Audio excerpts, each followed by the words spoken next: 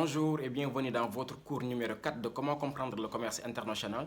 Donc cette vidéo, nous allons aborder les matières qu'il faut comprendre, qu'il faut apprendre pour en réalité faire le commerce international au vrai sens du terme. Parmi ces matières ou modules, nous pouvons citer la logistique, parce que la logistique aujourd'hui occupe une place très importante dans le commerce international.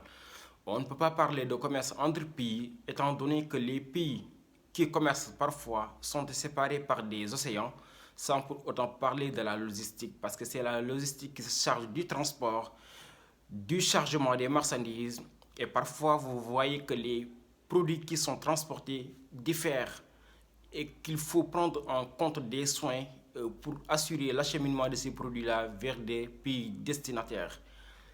Autre matière à apprendre en commerce international, la banque. Pourquoi la banque?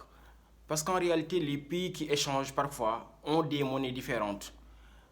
Imaginez un Sénégalais qui a son franc CFA, qui part dans le marché international pour acheter un produit qui doit s'échanger avec le dollar. Donc, inévitablement, il doit convertir sa monnaie, à savoir le franc CFA, en une monnaie qui est convertible dans le marché international. Voilà l'intervention de la banque. Mais aussi des moyens de paiement et des techniques de paiement que la banque met en place pour faciliter les échanges. Autre module ou bien matière qui est très importante dans le commerce international, c'est le marketing. Parce que imaginez une personne ou bien une entreprise qui doit s'implanter ou bien qui a un projet consistant à s'implanter à l'extérieur. Inévitablement, il doit faire une étude de marché. Et cette étude de marché-là entre dans le cadre du marketing. L'étude de marché va lui donner comme résultat est-ce qu'il est opportun d'aller s'implanter dans tel ou tel pays en tenant compte donc des aléas, des paramètres économiques ou bien des paramètres qui peuvent donc influencer son implantation dans le pays d'accueil. D'autres matières ou bien modules à apprendre en commerce international, la négociation commerciale. Pourquoi la négociation commerciale? Parce que parfois, il peut y avoir divergence entre un fournisseur ou et un vendeur.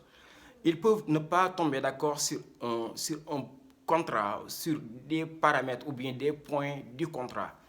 Donc, ils peuvent procéder par négociation commerciale afin de trouver une entente ou bien afin de trouver un accord qui leur sera mutuellement commun. En dehors de la négociation commerciale, en commerce international, il est inévitable d'apprendre ou bien d'avoir des notions dans les langues. Et parlant aujourd'hui de commerce international, on ne doit pas omettre l'anglais parce que l'anglais occupe une place très importante dans le commerce, dans les échanges internationaux. Parce que les pays qui dominent le monde aujourd'hui, à savoir les États-Unis, eux tous, ils parlent l'anglais. Les termes du commerce international aussi sont libellés en anglais. Prenez l'exemple des Incoterms. Je prends l'exemple de CAF, coût assurance frais, mais c'est un terme anglais CIF, Cost Insurance Freight. C'est un terme anglais qui a été traduit en français. Pour dire qu'en réalité, il y a ces matières-là, quand vous faites commerce international, ils sont inévitables de les connaître. Parce qu'en réalité, ce sont les bases, les fondamentaux du commerce international. Mais aussi, il y a la douane.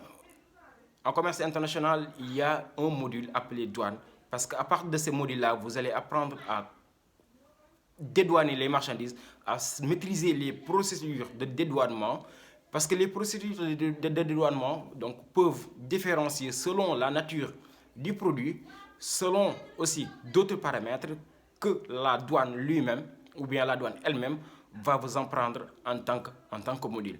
Donc voilà d'une manière générale le cours de ce jour qui consistait à déceler ou bien à citer quelques matières à faire quand on choisit la filière commerce international et que ces matières-là, forcément, on doit y avoir des compétences ou bien des acquis pour dire en réalité que moi, j'ai fait la filière commerce international et que cela soit justifié.